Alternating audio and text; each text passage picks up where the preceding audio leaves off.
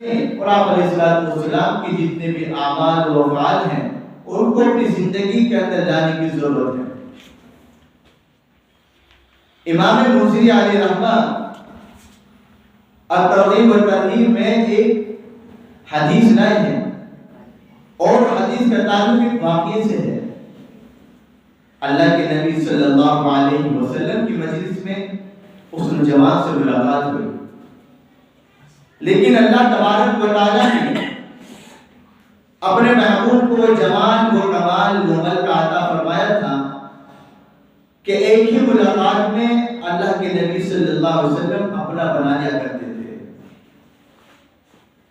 अल्लाह के नबी सल्लल्लाहु अलैहि वसल्लम से जो भी मिलता, आप अलैहिस्सलाम से जो भी मुलाकात करता, अल्लाह तबारक व तआला ने आपको वो मलका वो तमाम की तमाम चीजें अता फरमाई थी कि पहले ही मुलाकात में अपना बना लिया करते थे।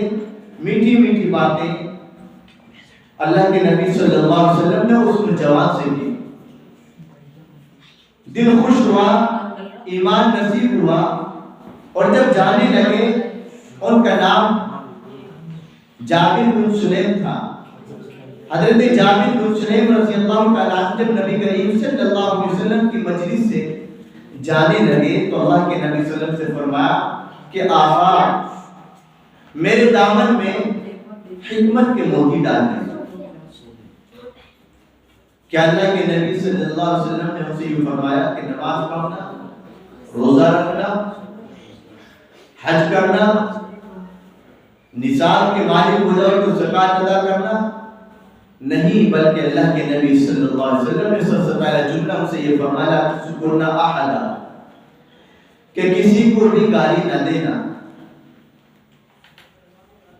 और हजरत जाबिर बिन सुलैम रज़ियल्लाहु अन्हु का बयान है, वो खुद फरमाते हैं कि मैंने उस वक्त से, उस दिन से, जिस दिन अल्लाह के नबी सल्लल्लाहु अलैहि वसल्लम ने मुझसे इसका ऐलान फरमाया कि किसी को भी गाली न देना, मैंने मरते दम तक किसी जानवर को भी गाली नहीं दी है।